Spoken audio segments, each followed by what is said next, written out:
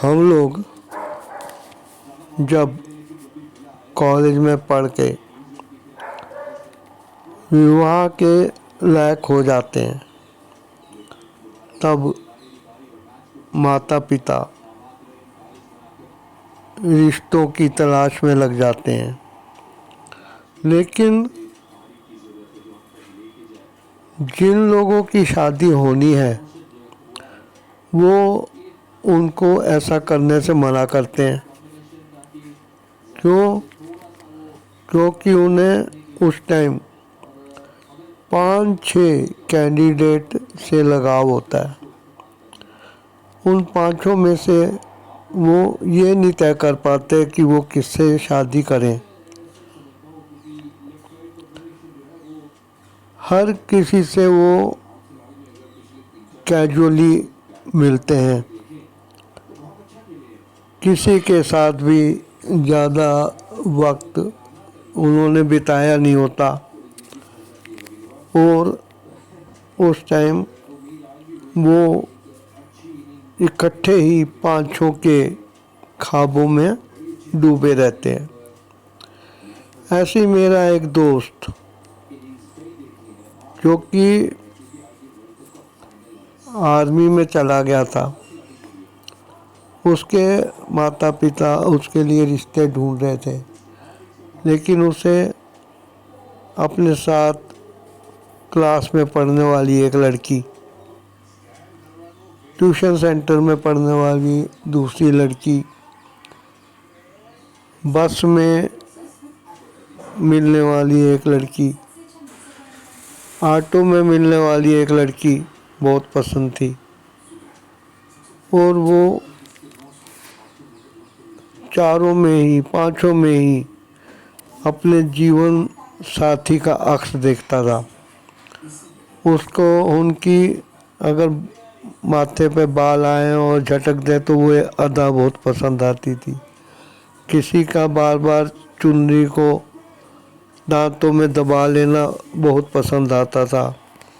किसी का उसे सिर पे चुन्नी का लगा लेना, लपेट लेना बहुत अच्छा लगता था। किसी को वो देखता था कि वो अपनी किताबें किस तरह बगल में दबा के मटक कर जा रही है। कभी वो गाता था, तौबा ये मत वाली चाल, झुक जाए फूलों की डाल। और कभी ये गाना वो किसी और के लिए भी गा देता था। इस तरीके से करते करते वो एक दिन आर्मी में चला गया। उसकी ट्रेनिंग चल रही थी और ट्रेनिंग के बाद उसको टेक्निकल ट्रेनिंग के लिए बिहार के गया स्टेशन पे जाना था, जहाँ एक आर्मी क्लर्क ट्रेनिंग स्कूल था। वो क्लर्क की ट्रेड में भर्ती होके आया था ताकि अपनी पिटमैन शॉर्टहैंड जो उसने सीखी है उसका फ़ायदा उठाए और आर्मी में पीए बन जाए। और उसका ये ख्वाब पूरा भी हुआ। ट्रेनिंग के बाद वो जब पहली पोस्टिंग गया तब उसने पीए के लिए अप्लाई कर दिया था। लेकिन तभी उसके पिताजी का एक पत्र उसे मिला। उन्होंने कहा था कि तुम्हारे लिए एक रिश्ता देखा है, तुम जल्दी से हफ्ते भर की छुट्टी लेके आ जाओ तो देखें क्या पता बात बन जाए। उसे ट्रेनिंग की तो बड़ी थकावट थी। इसी बहाने उसने सोचा कि ट्रेनिंग से जान छुड़ा के वो घर जाएगा, तो वो घर आ गया। तो उसकी मम्मी ने कहा तुम्हारे लिए 2-3 रिश्ते आए हुए हैं, तो एक एक दिन चल के देखते हैं। वो हर रिश्ते को मना करता रहा कि यहाँ ये है, यहाँ ये है, इस घर में शादी करेंगे तो देखो बच्चों के नाक बह रहे हैं, इसमें करेंगे देखो बच्चे नहाए नहीं, गंदे मैले कपड़े डाल के घूम रहे हैं। कभी वो कहता कि देखो सारी बहनें आपस में कैसे बदतमीजी से लड़ रही हैं। कभी ये कहता कि माँ बाप उनके लालची लग रहे हैं, कंजूस लग रहे हैं, और तरह तरह के क्वेश्चन पूछते हैं। मैं अपने आर्मी का यूनिट का सेंटर का पता नहीं बता सकता, क्योंकि केयर ऑफ 56 APO या केयर ऑफ 99 APO इस नाम पे हमारे पत्र आते जाते हैं। अब मैं उनको नहीं बता सकता कि मैं कश्मीर में हूँ या बंगाल में हूँ, क्योंकि ये सिक्योरिटी का मामला होता है। और ये पीछे पड़े हैं कि जाके पूछेंगे कि शराब तो नहीं पीता। शराब वाले काम तो फौजियों को आसानी से करने को मिल जाते हैं। कैंटीन में शराब मिलती है, वैसे ही हर हफ्ते 15 दिन बाद मिलती रहती है, तो कहीं ये पीता तो नहीं।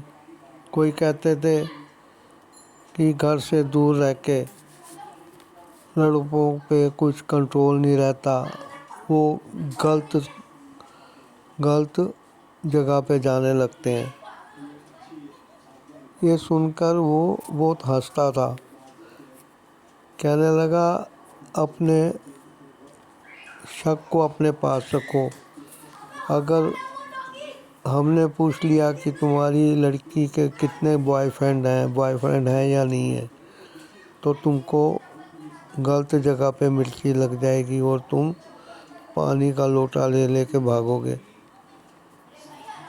लेकिन उसे किसी चीज़ की परवाह नहीं थी। अपनी मम्मी पापा को कहता था चिंता क्यों करते हो, आप अपने जिम्मेदारी से घर बार देखते रहो और पसंद नापसंद करना मेरे लिए छोड़ दो। क्योंकि उसे तो उन लड़कियों की याद आती थी जिनका मैं पहले इस कहानी में वर्णन कर चुका हूँ। ऐसे करते हुए कई साल बीत गए। एक दिन फिर उसके पिताजी का फ़ोन आया और इस बार उन्होंने बहुत जिद की और तरह तरह की धमकियां दी, तो उसने एक रिश्ता कबूल कर लिया। वक्त पे शादी हुई और वो क्योंकि पीए था, वो अपनी फैमिली के लिए हमेशा एक क्वार्टर रिज़र्व पाता था और आराम से 3-3 साल पीस एरिया में वो रहता रहा। उसके बाद अचानक एक दिन उसको उन लड़कियों की याद आ गई, क्योंकि उनमें से एक लड़की उसके ही पास की थी। घर उनका सड़क के किनारे पीछे की तरफ था। अब उसने अपनी पत्नी और उन लड़कियों से पत्नी की तुलना करनी शुरू कर दी। और अब वो जब छुट्टी आता तो जो लड़कियां शादी करके बाहर किसी दूसरे प्रदेश में दूसरे शहर चली गई थी, वहाँ तक जाने लगा। उसके आर्मी ट्रेनिंग में जासूसी का काम भी एक पार्ट था ट्रेनिंग का। और फिर उसने वारफेयर ट्रेनिंग की थी, माइनर कमांडो कोर्स किया था, पैराशूट जंप करना भी उसकी ट्रेनिंग का हिस्सा था। तो वो जाके लोगों से मिलता था और उस घर के बारे में जानकारियाँ प्राप्त हुई उसे। घंटों घंटों वो किसी खम्भे के सहारा लेके या किसी दुकान की थड़ी पर बैठकर उन घर पे नज़र रखता था और उन लड़कियों का व्यवहार उसने बहुत बार चेक किया। हर बार एक लड़की को जाकर देखता, उसका व्यवहार देखता, उसका रहन सहन, परिवार की हालत देखता और फिर उसकी अपनी पत्नी से तुलना करता।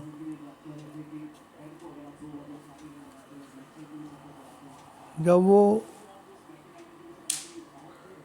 ट्रेनिंग में था तो उसने कई चीज़ें सीखी थी जो उसके अब काम आ रही थी।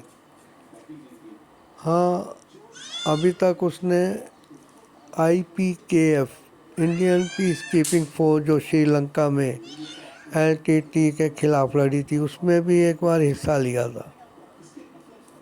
उसके मन में बचपन की, स्कूल की, यार दोस्तों की यादें थी जिनमें उन लड़कियों की भी भागीदारी होती थी जिनसे वो मिलता रहा था।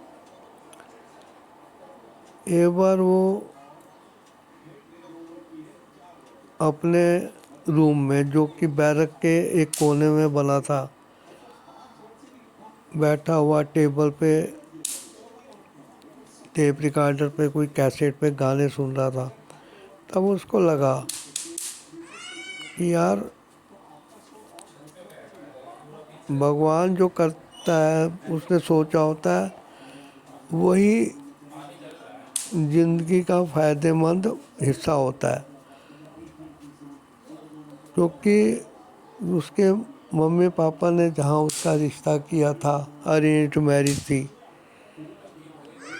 उसमें उन लड़कियों से बढ़ चढ़कर उसको अपनी पत्नी के गुण नज़र आए। कैसे वो तत्परता से